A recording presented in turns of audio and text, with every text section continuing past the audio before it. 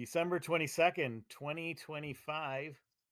Welcome back to This Week in Waukesha, the podcast series. This is episode 2, and it's kind of our bonus episode, our 4-pack.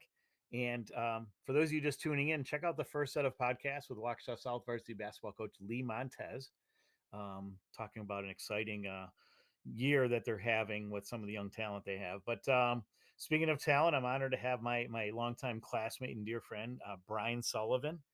And at the last segment, we were talking about a debate we had in a high school class on currents of American thought, and it was during the Reagan-Mondale campaign.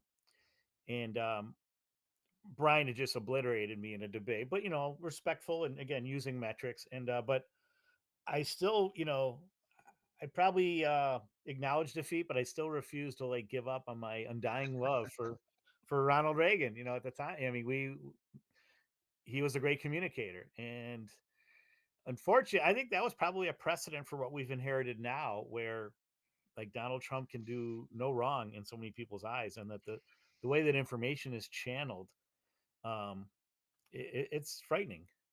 So, what do you say? What's your take on all this from where you're at, Brian? Yeah, I tend to be a pragmatic centrist, and I don't feel I have a home in either party anymore. Same here. Yes, thank So, you. That's the other side of it. so it seems to get worse, and I forget what that machine in physics is called, where there's the five steel balls, and Yeah, you pull one back, and it hits the other balls, and the one on the other end flies off in the other direction. I think that's where we are now, and the yeah, amplitude of the direction that the ends go is now increasing. yeah, So I'm not, I'm not sure that how we get the toothpaste back in the tube to be able to yeah. disagree in an agreeable Right. manner, because back Sure. in Reagan's days, not saying this was better, but the politicians could actually get something done. Yeah. Tip O'Neill was the Speaker of the House, and he and Reagan could get on the phone and work things out, even though they disagreed about everything Yeah. vehemently. They were able to make progress for the benefit of the American people in the end. Now, some of that, depending on where you sat, if you were an ethnic or religious minority, you probably weren't really happy in 1984 to Yeah. 1988. Yeah. But Yeah. uh, there was at least an ability to communicate across the aisle that we seem to have lost. So Yeah. Oh, I don't it's know. strange. I don't know what resets that, frankly. It just doesn't seem like, and it's not just politics. It's personal, communication Yeah. Yeah. has been lost as well. So And you'll appreciate this. I developed kind of a little straw poll. It's mostly for young people, and it was all based on. We were in Denver last summer for my youngest daughter's softball tournament, and our oldest daughter and her boyfriend at the time came with us. And on one day off, we did a hiking tour of Red Rocks, the yeah, famous amphitheater, and I start mentioning U2 and the live album from that, and really how U2 kind of put Red Rocks on the yeah, worldwide map. It was obviously regionally very an attraction, but my oldest daughter and her boyfriend and their seniors and juniors in college, they had no idea who U2 was, hmm, which was astonishing to me. And so then I started a little straw poll, and it's question number one. Before he was assassinated, had you ever heard of Charlie Kirk? I personally haven't. I have a vague recollection, but he, it was not one of my influences anyway, but obviously a very big influencer.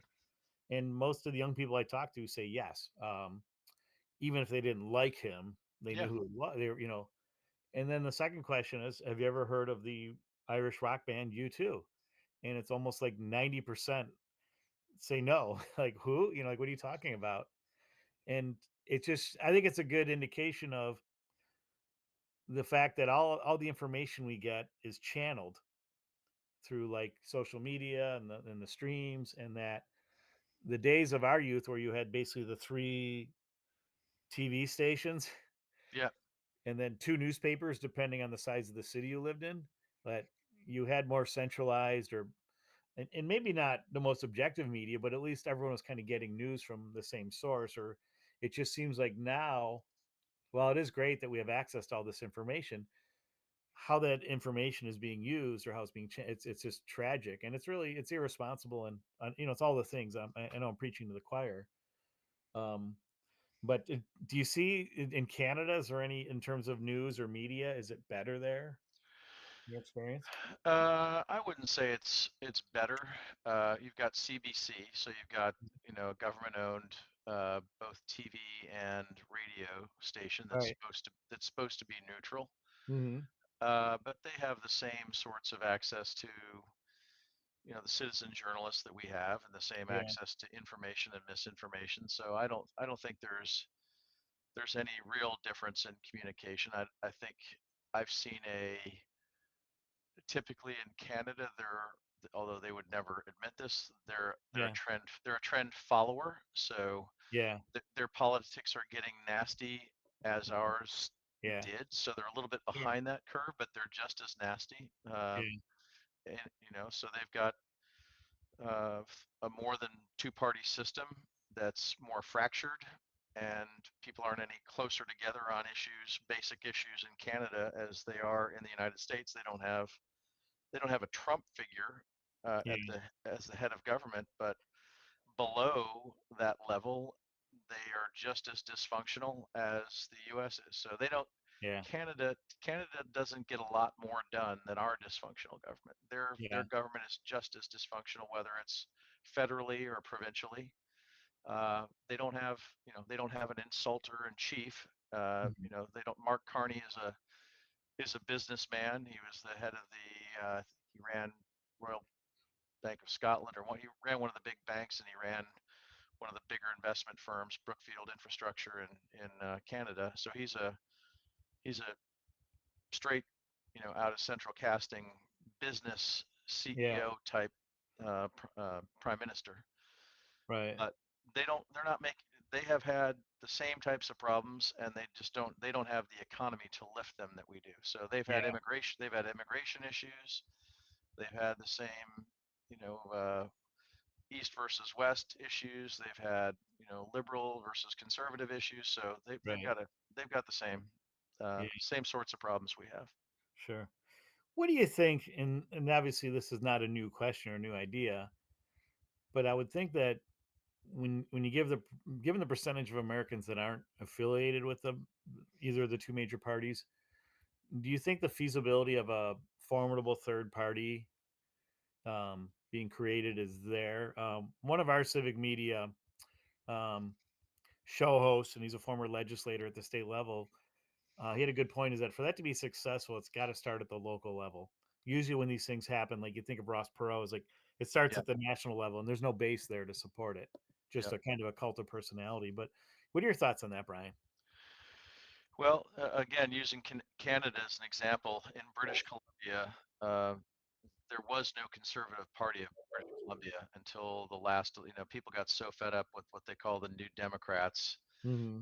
in British Columbia that the Conservatives formed out of almost ether in the last election, which was about 18 months ago. And they didn't really have a political machine. They didn't have a local machine. They just ran candidates as pure opposition to the New Democrats, and Right.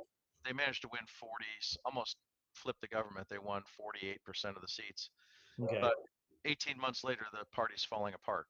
So the Sure. Yeah. because there isn't a history, there isn't a machine, there isn't that local support. It was just an opposition. It was a reaction to bad governance by the party in power. So Mm. I think that we've seen that in this country, which is there's room for a centrist party that represents probably the 70. When you look at any divisive issue, probably 60 Right. to 70% of the people agree on a reasonable range of outcomes, and it's just the 10 to 15% on either side that insist on kind of the really divisive uh, characterization of those issues. But Yeah. there's no machine to house the 70%. They're just Yeah. I don't know why that is. Yeah. We need some plunkets at the local level. Yeah, We need exactly. we need kind of like the antithesis or the counterpart to Turning Point USA. and and the funding be like that's the thing, is these funding sources for these right wing what do you want to call mouthpieces or um, cult figures. Yep. We need to find where that lives in the center. So Yeah, I think there are a lot of people who, if you said, would you write a check right now for pick your, would you write a check? Would Brian Sullivan write a check? What's the number that you'd write to not have to deal with all of the divisive, silly yeah, wedge yep, issues that takes up so much of your thinking and your family dinner table time and drives you away yep, from friends that you've had a long time, maybe drives yeah, you away from family members. There's a number there that people would would gladly pay yeah, in order to escape to kind of a return to normalcy or whatever normalcy feels like. So yeah, um, there's certainly funding there. Is it the sort of Elon Musk level of funding? I don't know. That's the problem. Is that yeah. We'd have Elon to Musk? figure out. Yeah, Elon Musk is a trillionaire, and through Mm, the various Citizens United and corporate speech, he can contribute okay. almost limitless funds to get somebody Yeah. elected like he did. And When you look at his backstory and yeah, his like family's familial ties to the Third Reich, and in the fact that in this age of anti-immigration, like we're letting, I don't know if this has happened, but there was talk about letting like thousands of white South Africans come to America, and for what cause, for what purpose, you know? yeah. Well, he's Yeah, that's been another wedge issue is that the Boer farmers, the white farmers in South yeah, Africa, have been, and it's true. I mean, this is again, South Africa was the same, you know, reaction for now. It's hard to believe that apartheid was something that Max probably reads about in historical context, yeah, but we yeah, lived through the divestment, and that was a real thing. But for since that time in the early 90s, you had a series of very corrupt leaders of the parties that took over from the white apartheid government, and now you're in a position where people's memories are so short. All you see is the white farmers being persecuted, and they are. There's no doubt that there's persecution going on. Is the right remedy to bring a whole to yeah. make them the focus of our foreign policy? Probably not. I have some relatives in Northern Ireland that could give you an intelligent response to that. So, um, Where is Northern Ireland, Don? what's that? In Ulster, like the Ulster province. Like, I I have know. cousins that live in Cavan, which was the original. It's not part of Northern Ireland. I was going to say, what is Northern Ireland? I've never heard that term before. Brian, that's something I wanted to ask too. Is like for as long as I've known you, I never knew. Like, well, obviously we knew you're Irish. Was your family from South Buffalo? Like most of the Orchard Park Irish, or was it another Mm-mm. part of the? No, my dad was one of four boys. I think you knew that. And they grew Yeah. up on 183rd Street in the Bronx. So Oh, that's right. uh, his dad, he went to Catholic school. His dad died when he was 4 or 5. His Oh, mother dude. raised he, and he was Okay. the youngest of four. I remember Uh, now. Yeah. he went to Iona College on a Nice. scholarship, and then went to Notre Dame Law School on a scholarship. Okay. And when he graduated from law school at Notre Dame, his brothers were all cops in New York, and they said, "Don't you dare come back here," because it was like 1974, Oh, it's up for 75-ish. grabs. Yeah. Yeah, it was. So my uncles were in Fort Apache, the Bronx, as cops, and they said, Wow. "Don't come back to New York. Go anywhere else." And Yeah. so my mom and he moved to. She grew up in Warsaw, outside the city. Okay. And so, yeah, he started looking for jobs closer to her family in Buffalo. That's how they ended up there. So yeah, we Neat. moved straight from South Bend, Indiana, to Orchard Park. And that explains your affinity for the Yankees because your dad was from the old neighborhood. Correct. Yeah, he grew up on 183rd Street, Yeah. about 20 blocks from Yankee Stadium. Yep. You mentioned the 70s in New York, and when I was living in Chicago area, Hmm. and even in like southeast Wisconsin, when you get to like Racine, there are tons of these families that were basically refugees from New York City because that the city it just was really up for grabs then Yep. with a lot of the violence, and you talk to these people too, like they all ended up here like in the mid to late 70s and just started their lives over. Yep. I think my dad graduated from Notre Dame Law School in 71 or 72, Okay. and Wow. everything was starting to fall apart in New York Yeah. then, and it was really pretty Sure. wretched. So yeah, my dad's brothers told him under no circumstances should he come back and bring a young family back to New York at that time, so he didn't. Wow. So my son is in now kind of in your neck of the woods. He's in Evanston, so That's close. right. He's at Northwestern. Yeah. And Yeah, so we're as a Spartan that lived in Evanston during that 95, that magical Rose Bowl season for Northwestern football, I was excited to learn that our new head coach is Pat Fitzgerald, who was the All American linebacker yep, from that 95 team. And so I think that's a great fit for our school. And yeah. I'm still a closet Northwestern football fan because one of their wide receivers is, and he returns punts. His name's Drew Wagner, and he played against my son in high school. He played for Kettle Moraine High School. Okay. And Northwestern's football coach, who filled in as interim coach for Fitzgerald, then they made him the head coach. This guy named Joe Brown, or it's spelled Braun but pronounced Brown. He was an assistant at Kettle Moraine High School too, like at one point in his Oh, coaching nice. career. So, but I knew Drew's father is a deputy chief of police. So I got to know him pretty well when I was on the city council, and so I still root for him. I was watching TV one day, and he returned a punt against Iowa in a losing effort, but he returned it for a touchdown. So we're hoping to hear more from him. So, Well, but wait till Northwestern's opens that $800 million stadium in Evanston yeah, next year. So that's really going to be something. I got to tell you though, I miss that old Ryan Field because it had a yeah, real class. It was kind of like Wrigley for college football stadiums. Had a real yeah. classic look to it, but it is a better fit for that because then they can host all sorts of things. So that's great. I'm excited your son's there, and he's in the golf team, right? He is. Yeah, trying to figure out Awesome. the Chicago weather.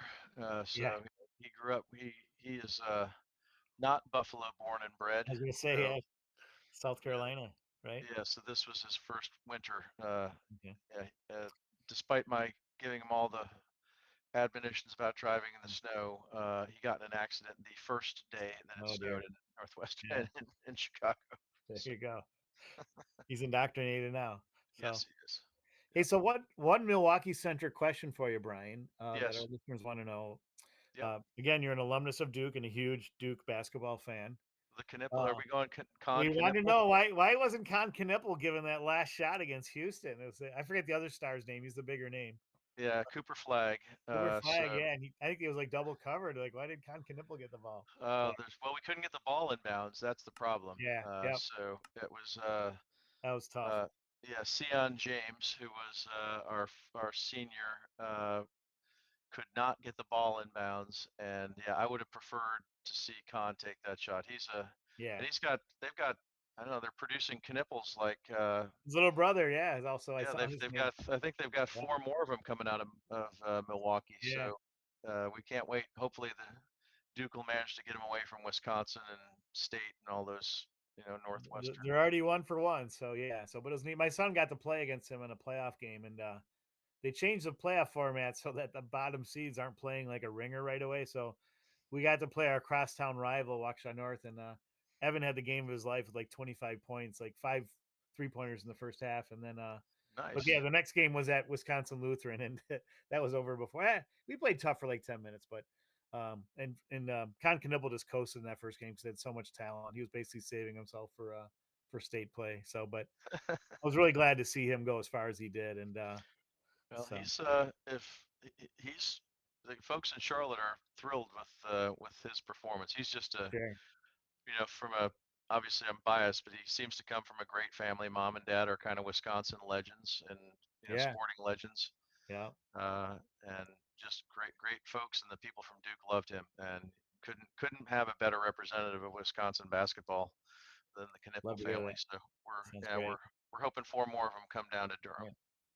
Well, speaking of Wisconsin, well, so we hopefully I know what Max is giving me the stink eye here, so we got to wrap it up. But we let me know when you're up when you're coming to see a Northwestern golf match or to visit your son. We'll have to meet up, and or maybe he's got a tournament up here. We got a lot of Yeah, great courses in Milwaukee. yeah, So Wisconsin's got unbelievable golf. mhm. It's crazy golf in that state for as short as the golf season is. Yeah, yeah, The courses at Kohler and Yeah. Aaron Hills, Yeah. just fantastic golf. And I think the Northwestern team actually, there's a mental coach up there, or performance coach, shouldn't call him mental coach, performance coach, who is a golf specialist who has a 9-hole course, Oh, probably wow. somewhere close to you. I'll find out and tell you where it is, because Yeah. Let me know. the team goes up to see him, and he's quite well regarded. I mean, he's got Great. a lot of pros that come to see him too. So Sounds terrific. maybe you need to find that guy and have him on Yeah. this Oh, that'd week be in great. That'd be terrific. Waukesha. So, all right. Well, Brian, I will let you. Brian Sullivan, CEO and co-founder of Kanuma Resources. Got to have you on soon because we want to talk about that that commute from South Carolina to British Columbia. Yeah, it's Brother awful. Sean does the same thing from Dallas to Bozeman in his role as a CEO. But hey, Yeah, thanks so much for your gift of time and sharing and especially giving your insights. Like I said, we got to do this again soon, and maybe next time we'll be with our friend Peter Atkinson from Harvard, who was initially considering joining the talk. But I also want to thank my producer, the mighty Max Martinson, and thanking everybody for joining us. Please remember now, especially during the holidays, that safety is everyone's responsibility. Good mental health is everyone's right. Go Ramila Mahagav Galer and see ya.